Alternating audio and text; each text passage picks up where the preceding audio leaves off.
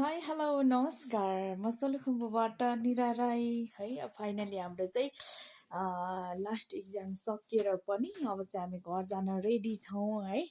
अब माथि गाडी आइसक्यो, अब घर जान रेडी छौँ। म चाहिँ रुममा छु होइन, सामानहरू प्याक गरेँ न। यी मेरो सामानहरू यति धेरै छ। यो चाहिँ यो पनि हेर्नु न, यो ब्यागमा अट्छ भनेको, यो जेब्रामा अट्छ भनेको अटेन। त्यही भएर माथि किचनतिर गएर यो बोरा खोजेर ल्याएर लगाइरहेको छु है। यति धेरै छ है सामान। अस्ति पनि लगेको, अझै पनि कति धेरै। अब जति सामान भएको त अब सबै लानु पर्यो होइन। अब गाडी यहीँनिर आउनेवाला छ, अनि त्यही भएर म यहाँबाट लान्छु, नत्र त माथि रोडमा पुऱ्याउनु पर्छ क्या, बोक्नुपर्छ। एकदमै गाह्रो हुन्छ होइन। अघि 7:30मै रेडी भइसकेको, यहाँ 8:30 हुन आँटिसक्यो होइन। 8:26 भइसक्यो होइन त। अनि त्यो भएको कारणले 1 घन्टा भयो है रेडी भएको चाहिँ।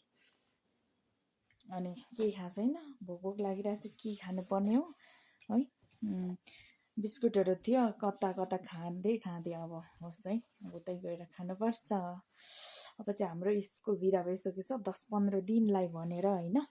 अनि त्यहाँ पछि फेरि भेट्नुपर्छ है। म चाहिँ आज घर जाँदैछु, तपाईँहरू पनि घर जानुभयो होला होइन, बिदा भइसक्यो है। अब नयाँ शैक्षिक सत्र 2082 सुरु नभएसम्म त अब घरमै बस्ने हो। By by.